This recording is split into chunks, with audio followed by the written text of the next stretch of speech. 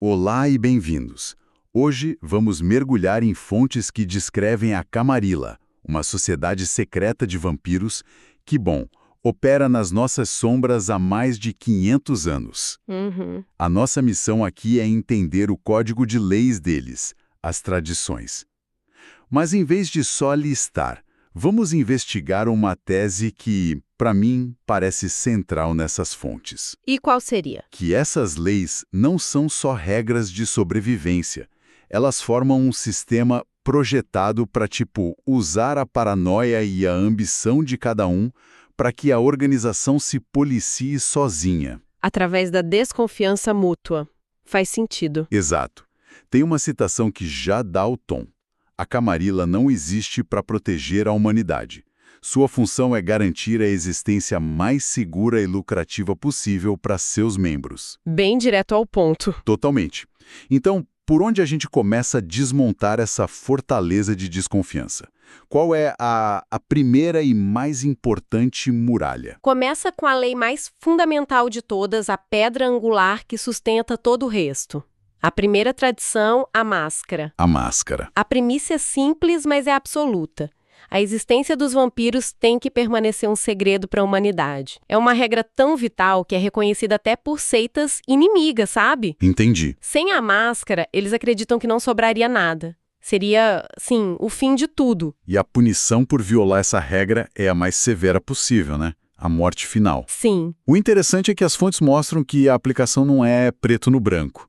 Depende muito da interpretação do príncipe, o líder vampiro da cidade. Exato. Pode ser algo óbvio, como usar poderes em público, ou, em domínios mais paranoicos, algo sutil como, ter amigos mortais. Isso vem de um trauma coletivo, certo? A primeira Inquisição. Exatamente.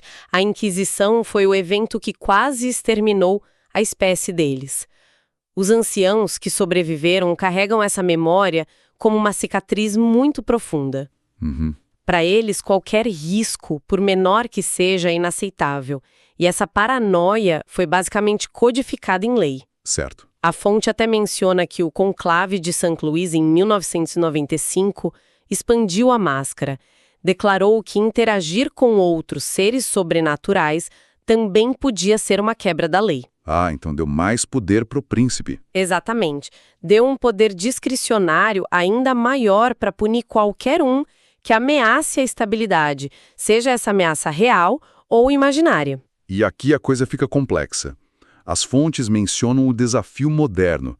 Smartphones, câmeras por todo lado, redes sociais. Manter o segredo dessa magnitude hoje parece quase impossível. Com certeza. Isso não transforma cada vampiro num risco ambulante e, por consequência, num alvo em potencial para um príncipe meio excessivamente zeloso. E essa é a genialidade sombria do sistema. A dificuldade de manter a máscara hoje em dia aumenta a paranoia coletiva, o que, por sua vez, fortalece o poder do príncipe. E força todo mundo a se vigiar. Exato. Força cada vampiro a vigiar não só a si mesmo, mas também aos outros. A desconfiança vira o próprio mecanismo de controle. Mas a máscara é sobre se esconder do mundo exterior, né? Certo. A próxima lei, a tradição do domínio, trata de como eles se organizam internamente. Domínio. O direito de um vampiro clamar um território como seu, desde que ele consiga defender, né? Parece simples, quase feudal. Parece. Mas as fontes detalham que é bem mais complicado. Um príncipe governa uma cidade, mas dentro dela existem territórios que são quase sagrados. Feudos informais? Sim, baseados em tradição, a fonte dá o exemplo clássico. Os esgotos e subterrâneos pertencem ao clã Nosferatu. Um príncipe que ousasse dar esse território para outro clã estaria cometendo suicídio político. Entendi. A tradição do domínio, então, não é só sobre o poder do líder. É sobre o equilíbrio de poder entre os clãs. Ela define fronteiras para evitar conflitos constantes por recursos. O recurso sendo, no caso, o rebanho humano para caça. Exatamente. Antigamente, invadir o território de caça de outro era sentença de morte. E hoje, com as cidades superpovoadas, as fontes dizem que isso foi flexibilizado com áreas de caça comunais. Mas a caça em si também tem regras para proteger a máscara, não é? Sim. Tem um detalhe fascinante sobre o beijo. Ah, sim. O ato de se alimentar é descrito como algo eufórico para a vítima mortal, que raramente se lembra do que aconteceu. E o vampiro pode lamber a ferida para fechá-la, apagando a evidência. É mais uma camada de sigilo. É. Se a gente conectar o domínio ao quadro geral, vemos que ele transforma cada cidade num tabuleiro de xadrez. O príncipe é o rei, mas os anciãos são as torres e os bispos controlando partes cruciais do tabuleiro. Isso limita o poder do príncipe e força negociações constantes. E alimenta ainda mais a política da desconfiança. Essa gestão de recursos e território me leva a uma questão óbvia: controle populacional. Se cada vampiro precisa de território e alimento, um excesso dele seria um desastre. Com certeza. E isso nos leva à tradição da prógene. Exatamente. A regra é clara. Para criar um novo vampiro, o que eles chamam de o abraço, é preciso ter a permissão expressa do príncipe. E os motivos são dois, né? Isso. O primeiro é prático: evitar a superpopulação que colocaria em risco a máscara e os recursos de caça. Mais bocas para alimentar, mais chances de alguém cometer um erro. E o segundo motivo é puramente político, imagino. Totalmente. Impede que um clã ou um ancião específico crie um pequeno exército de leais e desafie o poder estabelecido. É uma forma de controle de armas, onde a arma, no caso, é um novo vampiro. E a punição por criar uma progenie sem autorização? É extrema. Tanto o criador, o senhor, quanto a cria podem ser caçados e destruídos. Mas espere, as fontes apontam uma brecha enorme nessa lei. Ah, sim. O príncipe está isento. Ele pode criar quantos vampiros quiser. Isso não gera uma instabilidade gigantesca se o príncipe pode formar um exército pessoal enquanto proíbe os outros. Parece uma receita para uma guerra civil. E essa é a tensão que define a política da Camarilla. Anciãos que passaram séculos construindo suas redes de influência veem um príncipe criando novos leais com uma ameaça direta. Uma provocação. Quase um ato de guerra fria dentro da cidade. Cada novo vampiro criado pelo príncipe é uma declaração de poder. E os anciãos reagem, formando alianças, conspirando. Então a tradição que deveria garantir a estabilidade? Se torna um dos maiores catalisadores de intriga. É um sistema fascinante, com uma complexidade de regras e estratégias que lembra um jogo muito elaborado. Cada movimento, cada decisão tem um peso tremendo. Sem dúvida. E isso levanta um ponto interessante. O tipo de mente que se sente atraída por decifrar esses sistemas complexos, como os de um RPG, geralmente é uma mente mais criativa, inteligente e muito envolvida com leitura e estratégia. É verdade. E esse perfil combina muito com a dedicação necessária para estudar para desafios grandes, como vestibular, concurso público, concurso militar, OAB e residência médica. É o mesmo tipo de foco e preparação. Uhum. Se quem nos acompanha é estudante e quer se preparar de verdade, entra agora em medicoub.com.br, baixe o app e aproveita o maior banco de questões do Brasil, com provas anteriores de todas as instituições, questões comentadas, resumos práticos, aulas completas e flashcards prontos para revisar onde quiser. E falando em preparação e em ser devidamente aceito em uma nova sociedade, isso nos leva perfeitamente à próxima tradição, que trata exatamente disso, a contabilidade. Ótimo gancho. A tradição da contabilidade ou da responsabilidade. Basicamente, o criador é responsável por tudo que sua cria faz, né? Exatamente. Se a cria quebra a máscara, a culpa e a punição recai sobre o senhor. E essa responsabilidade só termina quando o príncipe reconhece formalmente a cria como um membro pleno da sociedade. Um neófito. Se olharmos a implicação disso, vemos que é um sistema de mentoria forçada. Ele garante que os valores e leis da Camarilla sejam passados para a próxima geração, porque o pescoço do mentor está literalmente em jogo. Força os anciãos a serem extremamente seletivos sobre quem eles trazem para a sociedade. E extremamente rigorosos na sua educação. É um controle de qualidade brutal. Ok, então a sociedade é fechada, hierárquica e cada novato tem um mentor responsável. Mas o que acontece quando um estranho aparece? Um vampiro de outra cidade não pode simplesmente chegar e começar a caçar, pode? De forma alguma. Isso nos leva à tradição da hospitalidade.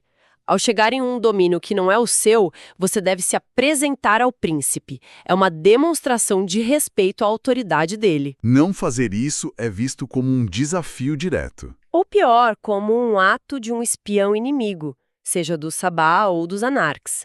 Um vampiro não reconhecido pode ser destruído, sem hesitação. E as fontes dizem que essa apresentação pode ser uma armadilha, né? O príncipe pode usar a oportunidade para humilhar ou testar o recém-chegado, só para deixar claro quem manda. Exatamente. Pode ser uma exigência bizarra, uma tarefa perigosa. É um jogo de poder. Claro, a regra tem suas exceções. Ah, sempre tem. Um vampiro antigo e absurdamente poderoso pode simplesmente ignorar o príncipe local. E um príncipe inteligente, que sabe reconhecer um poder superior ao seu, finge que não vê. É uma dança constante de avaliação de ameaças. Tudo volta à paranoia e à medição de poder. E essa medição de poder nos leva à ferramenta final, a mais drástica de todas: o direito de tirar uma vida. A última tradição, a da destruição. Essa é a mais controversa. A interpretação mais comum na Camarilla é que o direito de destruir outro membro da seita pertence exclusivamente ao príncipe. É o seu poder absoluto. A ferramenta final de governo. Isso, um ancião pode ter influência, riqueza e lealdade, mas só o príncipe pode legalmente sancionar a morte de outro. E a manifestação mais pública e aterrorizante desse poder é a caçada de sangue. A Blood Hunt é uma sentença de morte que se estende a toda a cidade. O príncipe declara um alvo e autoriza qualquer vampiro em seu domínio a caçá-lo e destruí-lo. E isso suspende outras regras, né? Suspende temporariamente duas regras sagradas: a proibição de matar outro membro da Camarilla e, crucialmente, a proibição de beber o sangue de outro vampiro até a morte. Um ato conhecido como Diablerie. O caçador que tiver sucesso pode, em teoria, se tornar mais forte. Exatamente. É impressionante como uma estrutura de poder tão complexa é mantida com leis que vão da etiqueta social à pena de morte. Uhum. Se análises como esta, que exploram as regras de mundos ficcionais e reais, são do interesse de quem nos acompanha, considere curtir e se inscrever para não perder as próximas. Sim. Mas convocar uma caçada de sangue parece um movimento arriscado para o príncipe. Se ele errar o alvo, a repercussão deve ser imensa. Sem dúvida. Se a caçada for convocada contra alguém muito poderoso e falhar, o príncipe se expõe como fraco, e um príncipe fraco não dura muito tempo. E vira ferramenta política para os outros. Com certeza. Anciões rivais do alvo podem usar a caçada como uma desculpa legal para eliminá-lo e tomar seus bens e territórios. Se um príncipe abusa desse poder, ele se torna previsível e manipulável. A própria ferramenta de poder absoluto pode se tornar a ruína dele. Exato. Alé. Rebeldes e idealistas passionais. Estão sempre lutando por uma causa, mas raramente concordam sobre qual causa. São a oposição barulhenta e, muitas vezes, a força muscular da seita. Mas a natureza rebelde deles os impede de se unir. Exato! Eles não conseguem se unir de forma coesa contra a estrutura que tanto criticam. Em seguida, os gangrel, os párias. Viajantes solitários, muito ligados à natureza e ao seu lado animal. Eles geralmente desprezam a política da cidade, preferindo a liberdade das terras selvagens. São a força bruta, mas de uma forma mais independente, mais imprevisível. Temos os malcavianos, os lunáticos. Ah, sim! Cada membro deste clã é afligido por alguma forma de insanidade, que eles veem como uma forma de percepção aguçada. São oráculos, conselheiros e disruptores. A loucura deles oferece uma perspectiva que ninguém mais tem. O que os torna perigosos e, ao mesmo tempo, valiosos. Os Nosferatu, os ratos de esgoto. O abraço os desforma fisicamente, tornando-os uma violação ambulante da máscara e forçando-os a viver escondidos.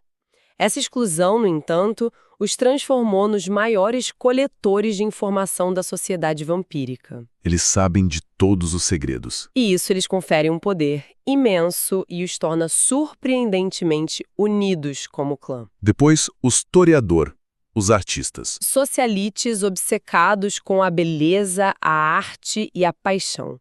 Eles se veem como os guardiões da cultura. Mas por trás dessa fachada hedonista, são políticos e manipuladores extremamente hábeis. Usam o charme e as conexões sociais para navegar nas intrigas. Perfeitamente. Os Tremere, os feiticeiros, Um clã com uma origem bem controversa, já que eles roubaram o vampirismo através de magia. São mestres da feitiçaria de sangue, organizados numa hierarquia rígida, piramidal. a lealdade primária é o clã. Sim, mas a estrutura e o poder arcano deles os tornam um pilar essencial da Ordem da Camarilla. E, finalmente, os Ventru, os sangues azuis. Os autoproclamados líderes, reis e executivos da Camarilla.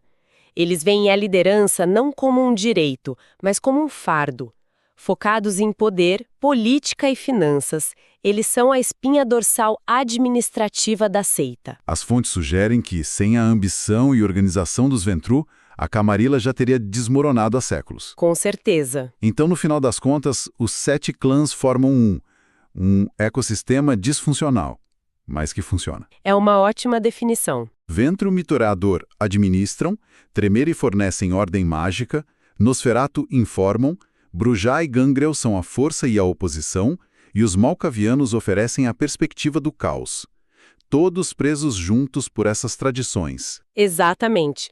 Presos por um sistema que, como a gente falou no início, usa a paranoia e a ambição de cada um para manter todos na linha. É um equilíbrio de poder extremamente delicado, mantido não pela confiança, mas pela certeza de que qualquer passo em falso vai ser punido. Seja pelo príncipe, seja por um rival. Exato. Recapitulando então, a Camarilla sobrevive há séculos não apenas por se esconder, mas por ter um código de leis interno que canaliza as piores tendências de seus membros, a sede de poder, a desconfiança, o medo, em uma estrutura que, paradoxalmente, gera estabilidade. É uma sociedade de predadores unida pelo benefício mútuo e pela desconfiança mútua. Precisamente. Mas as fontes terminam com uma nota sombria, uma frase repetida.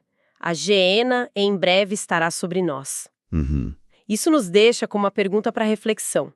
Para que serve todo esse sistema, todo esse controle e poder acumulado ao longo de séculos, se um apocalipse vampírico parece estar no horizonte? Seriam essas leis uma tentativa fútil de manter a ordem diante do caos iminente?